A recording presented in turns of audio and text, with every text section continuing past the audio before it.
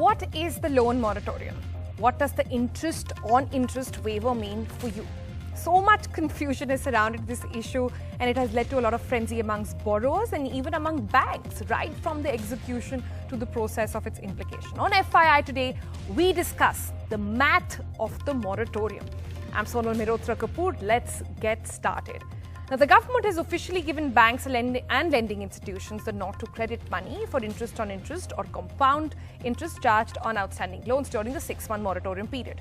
While interest on interest waiver will be applicable to borrowers who avail the loan moratorium fully or partially, those who did not avail it will also stand to benefit from the government's compound interest waiver scheme. Now, what did I just say? Did it make no sense to you? Well, let me just make it a little more clearer, because this is going to impact a lot of us. Let me in fact tell you by example. And let's start back in March. Now, the lockdown that followed COVID led to many of us being unable to pay our EMIs. The RBI stepped in to help those people. The help was the moratorium. RBI gave people a window period of 6 months, so people who could not pay their outstanding EMIs or even credit card bills, etc., could pay it 6 months later. For example, from the 1st of March to 31st of March, if you were unable to make your payments, government said, no worries, you can make the payment on the 31st of August. But there's a catch. There will be an additional interest on that outstanding amount. Basically, an interest on interest that ultimately you will have to pay for that extra time period that you have taken. Now, in the latest news, and that's the happy news really, in a way of a Diwali gift, the government has said that they will be paying this interest on interest amount for all of us. And that is coming out from their pockets. The best part about this waiver by the government is that even those who continue to pay their EMIs will stand to benefit. This means that borrowers will also get some amount credited to their bank, to their respective loan accounts as well, leading to a reduction in the outstanding amount. Essentially, all borrowers with loans up to 2 crores will benefit under the government's waiver scheme. Say a borrower with about 50 lakh home loan outstanding, for example, will get a benefit of roughly about 12,425 in the form of saving account or compound interest for the 6-month period, assuming that the rate interest is 8% over here. Now, the question on everybody's mind after hearing this is, how will the waiver happen? Will it be a cashback? Will it be a reduced interest? What happens next? Well, banks essentially have to credit that amount to the account of the borrower on or before 5th of November, basically before Diwali happens. And then, remember, this is the beginning. Say, I told you that the waiver is actually coming from the government's pocket. So the government will then reimburse that amount to the banks. That process will happen by December 15. This means the banks will directly pay you, and then the governments will pay the banks. Then the next question, who is eligible for this scheme? Well, it is for most of the loans: housing, MSME, education, consumer durable, credit card dues, automobile, consumption, personal loans and professional as well. As long as your loan accounts to NPA, to not an NPA, that is a non-performing asset, as of the 29th of February, you get to benefit from the scheme. Now, this is a massive exercise, right? So who will coordinate these lakhs of waivers and transfers? Well, the State Bank of India has been chosen as the nodal agency. SBI will be evaluating claims and will receive funds from the government for settlement as well. Then the expenditure that we are looking at, the eligible loans are expected to be roughly in the range of some 30 to 40 lakh crore. And assuming a rate of 8% over there, the interest on loans would be roughly paid between 5,000 to 6,500 crores that the government will be paying. Now, while a thing to remember in all of this is the fact that, remember, a case regarding this was pending in Supreme Court, and the centre had earlier asked for a month's time to implement this interest on interest waiver scheme, but the Supreme Court denied its request, and now Supreme Court has asked the centre to implement the scheme and credit this interest on interest charges to borrowers as soon as possible. That means a big Diwali bonanza is waiting up for all of us. All right. So I hope that helped, and I hope you were able to understand what exactly it means, but there are still lots of questions on this front. For that, we've got a team of experts for you. But first up, we've got Subhash Garg joining us. He is the former Finance Secretary and Executive Director for the World Bank. Thank you so much for speaking with NDTV, sir. This is almost like a master class that I had to do and, tell the people, because there's so much confusion about this. But we've still got some viewer questions that we want you to take, Mr. Garg. Now, first up, I want to start by asking you, what exactly, the sole objective of this entire move then is to basically reduce the compound interest, correct? The portion which was added to the outstanding loan. See, it's not as complex. The interest is calculated in one of the two ways, primarily. One, you compound it, and you compound it as per the terms and conditions which you have with your banks. Some loans are compounded every month, some are compounded 3 months, some are compounded 6 months, some are compounded even on daily basis. Compounding only means that, let us say you have monthly compounding. So at the end of the month, the interest is credited, then that becomes part of the principal.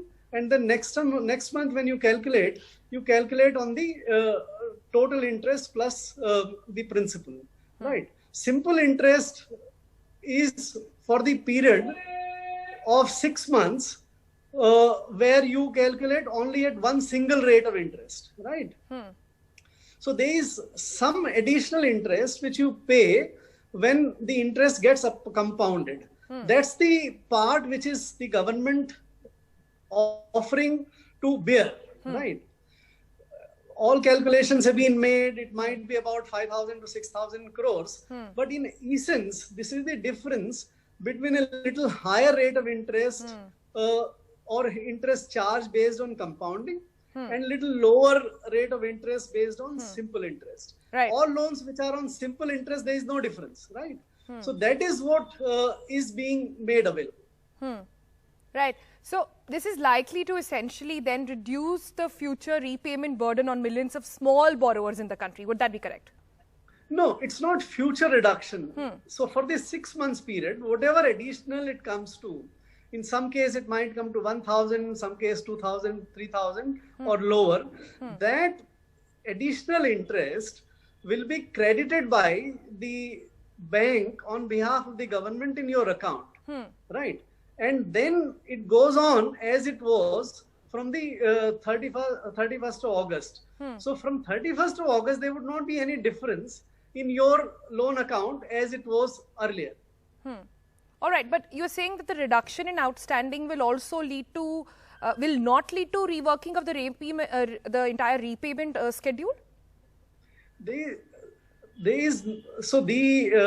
small part, let us say someone who has paid it earlier and therefore that credit comes into his account. Now there are two ways to deal with it. One, it can be into an income in your account. Let us say your saving account and income is credited. The loan account remains unaffected. The second option is that you credit this into your loan account, so the principal goes down.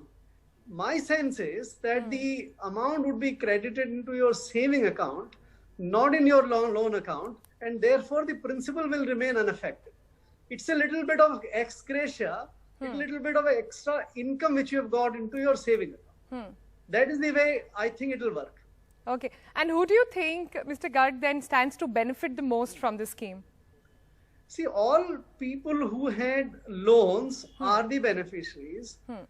The government does not have anything of its own. Government has only the taxpayers' revenues, either from the existing taxpayers or the future who repay the loans taken.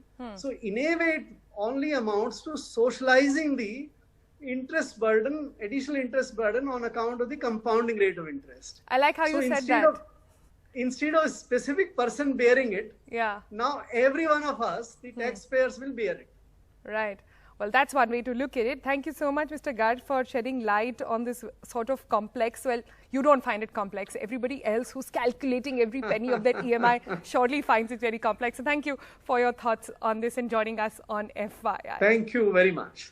Thank you. All right, let's break it open to our other panelists also joining us. We've got Nasir Salim. He's the managing partner of Flexi Capital, former assistant vice president at Citibank as well. We've also got Abhishek Ram. He's an economist, fellow member ICAI, and an author as well. Abhishek, let me begin with you. Your first thoughts on this big Diwali bonanza that the government promises? No, I don't consider this as a big Diwali bonanza because all the countries worldwide have waived whole interest, and this government has, even Supreme Court has to interfere, and now they have waived interest on interest. Though moratorium means that there would be no interest for the period of moratorium. That would have cost 1 to 1.5 lakh for the government, but that was the need of the hour. So merely waiving interest on interest, not charging compound interest is not good. It is not technically correct. This should have been total waiver. Because in this country, interests are active during this corona lockdown period also. In fact, in GST and income tax, if you don't file your returns on time, there was interest, and in GST, due dates were extended. They were not extended, they were technically notified new dates. And if you miss the due date, notified due date, then from the original due date, the interest was charged. So then again, there is an interest on interest thing in GST also. And KV Kamath Committee has recommended 26 sectors. Vis-a-vis, they have covered only 8 sectors. All right. So, not happy with this decision. It should have been done more. It is too little. Just a burden of 6,500 crore to the government. All right, interesting there. We also have Sanjay Doshi now joining us. He is the partner and head financial services advisor at KPMG. I'll come to Sanjay in a bit. But Nasir, your thoughts? Too little? Too late? No, I think it's a welcome step. We must welcome steps like this because given considering the current fiscal situation as far as the government is concerned, I think it's definitely a welcome step. I think just 2-3 key points, which I'd heard some of your questions earlier to the earlier panelists. Broadly speaking, the ones who will benefit are the ones who have taken the loan recently. And why I would say this is because, the difference today, what is going to be credited, and I have two very stark different opinions which may have been shared with you earlier. Number one, for people who've taken the moratorium, for example, there, the 6-month compounding interest component. See, the difference right now is between the compounding interest and the simple interest formula. And the difference between the two is what is going to be paid out, right? So the first case is, for example, somebody who's availed the moratorium benefit.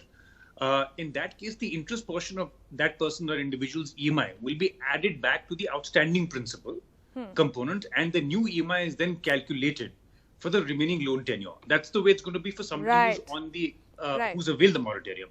On the contrary, if somebody who's not availed the moratorium, I must tell you, in that case, what will happen is the loan amount will not in our opinion, in my opinion, will not be credited back into the savings account. It will go back to the interest, it will go back to the account, the loan account, basically, where the institution will pay it back to the loan account. Now, as simple as that, somebody who's availed the loan recently, because you have to understand, the loan has 2 components. There is a principal outstanding amount, and then there is a interest component amount. Any loan which is taken in the initial years, first knocks off the interest component always. I mean, that's the way it is with all consumer durable loans. Any loan that you may have also taken, we may have taken home loans, and which is under the ambit of this current benefit being given. So the ones who are going to benefit the most are the ones who have taken the loan recently. When I say recently, is frankly in the last 1.5 to 3 years, because that's where you have a highest interest outflow that goes out every time an EMI gets knocked off, and that's where you'll find a clear benefit being given to the end consumer. Right. Very important points there raised by Nasir. Just hang on. I just want to bring in Sanjay Doshi as well. Sanjay, what have you been hearing? What are studies telling us about this waiver? And do you agree with what Abhishek said that, the other countries have actually waived off the entire interest for the lockdown? India has done this and that too after Supreme Court had to intervene. No, that's right. See, from a borrower's perspective, I think moratorium was more of a cash flow benefit issue. But at the end of the day, the interest burden is going to be too high for the borrower to really go and repay after the moratorium period has got over, right? So to that extent, this is definitely a welcome relief. Interest on interest would have been completely unfair on the borrowers to really pay, whether they were part of the moratorium or they did not go for the moratorium. Of course, they have not gone for the moratorium, they would not have had interest on interest. But at the end of the day, if they had known about this much before, probably their decisions would have been different, whether they wanted to avail the moratorium or not. So the part. But do you think it still stands to? I mean, the fact is the government is waiving off all, whether or not you avail the moratorium or no. Exactly. So that's definitely good, right? Because that means you're not differentiating between, let's say if I'm a borrower who was. So the government is essentially not penalizing those who managed to pay their loans. Exactly. Yeah, absolutely. So they have been completely unbiased in terms of the borrower category. Yeah. But then coming to whether you really completely waive the interest, I think that's too much of a burden, right? The loan has been availed, the cash is there, and then the question starts coming on from the banks and the institutions, saying that, okay, if we are actually waiving the interest. Sorry, banks what? From the banks and the NBFCs or the financial institutions, the concerns or the questions would have been that if the loan has been waived, the interest has been waived completely, will the government take a tab? And that's a significant tab, right? At the end of the day, someone has to really pay that tab. Who is going to be paying that tab? Number one. And number two is then if the bank has to take a share of it, then the question would have been, should similar kind of restrictions or interest not to be paid on deposits, which again would not have been acceptable. So I would say this is definitely a balanced step. All right. Quickly, Nasir want to come in and I'm going to go back to Abhishek. Yeah, Sonal, see, I think you have to understand that, in the interest and interest compounding interest issue that we're discussing right now, see, the banks can't afford, neither the NBFCs can afford to pay any amount from their own pocket, right? Because it's a function of net interest margin. As bankers, we follow something called NIM, which is as simple as that. The amount that you borrow and the amount you have to give back in terms of fixed deposits. It's as simple as that. And the difference between your asset and liability is what ends up defining net interest margin. Sure. Now, the point is, given today's scenario, you see, this is something which was, you can compare this to other economies, but let's understand, we are, a fiscally tight situation at the moment. We're currently in a fiscal spot, right? We can't look at very major expansions on our balance sheets. And I think the government coming in, giving a level playing field for people who avail the moratorium, as against not availing the moratorium, is now been brought at par. You see, they've brought in at a level playing field. Everyone's being benefited with this. So the fact is that I think it's a welcome step.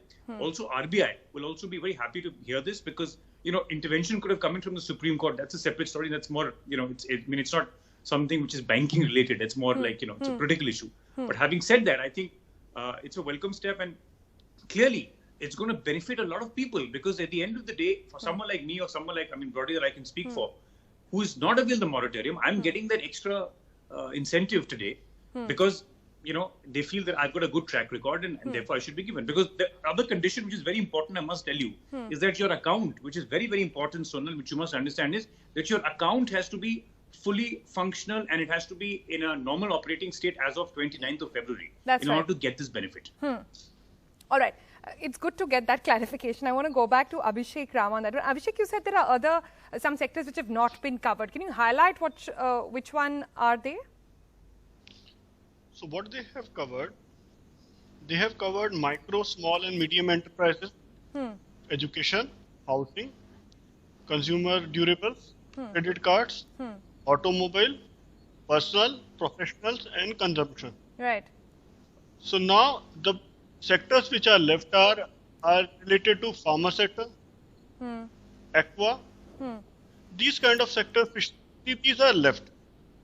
Second, one of the most important thing that on May 12, it was announced that we are giving 10% of GDP package, relief package, 20 lakh crore, which consisted of TDS reduction, our own refund which was due to us, loan packages. So India is the only country, a major country in economic form, which is yet to give the actual relief package. And waiving interest would have saved MSMEs, because this is for loan up to 2 crore rupees or for a middle class. many people have lost their job or their salary has been reduced. And in such scenario, they are not able to get new jobs. Right. Plus, interest on income tax, GST is already going on. Penalties, late Right. fees. There are already these are also questions active. also people pointing out that is this 6-month period enough, because we're still in the pandemic. It hasn't gone anywhere else. The lockdown might have yes, gone and away, what about- but it hasn't brought back the economy, right? So that window also being questioned. I have last few minutes on the show, so I want to quickly take up some viewer questions as well. And I'd like Nasir to take those questions. There's one Sure, who says, sure. from whom should I have taken the loan from in order to actually be getting this relief? So, Sonal, all banks and NBFCs are eligible. If you've taken the loan facility from any bank, from any NBFC, from any state bank, development banks, which is at the state level, all of these will qualify under the moratorium benefit. Right. Also, another question coming in, and Sanjay Doshi, if you can take that. Is it possible, applicable to any kind of loan that I have? Will it apply to any kind of loan, or will it apply to only, like Nasir was saying, under 2 crore? Right. So they have specified the loan categories where this regulations or this waiver is going to apply. So one is your sanction limit and outstanding limit has to be less than 2 crores. And then your nature of loan has to be an MSME loan, a consumer loan, a housing finance loan. And then there are, of course, they have mentioned more detailed regulations. What are the other loans which are there? Even term loans and cash credit is there.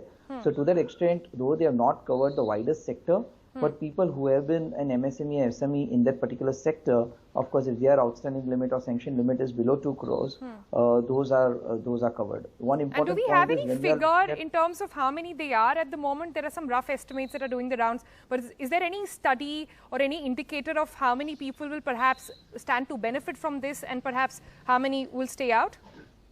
So that's an interesting question, because this 2 crore limit is to be across all banks and financial institutions. So from a borrower's perspective, it has to be all the entire indebtedness, the total borrowing should be less than 2 crores across all banks and financial institutions. So to really get that kind of a data available at one place is definitely not easy. Credit bureaus can help for the banks, but often I don't have that number right now. So. All right. I'm afraid I have to leave it there. There are still so many questions in my mind, and I'm sure in the minds of the viewers as well. Perhaps this is something we can revisit in some time. Thank you, gentlemen, for joining us with your view and answering all those questions as well. That's it on FII for today. If you like a program, write into us. Just hashtag FII on all your tweets and Instagram accounts, and we'll keep them updated as well. Thanks for tuning in. See you again tomorrow, 11:30.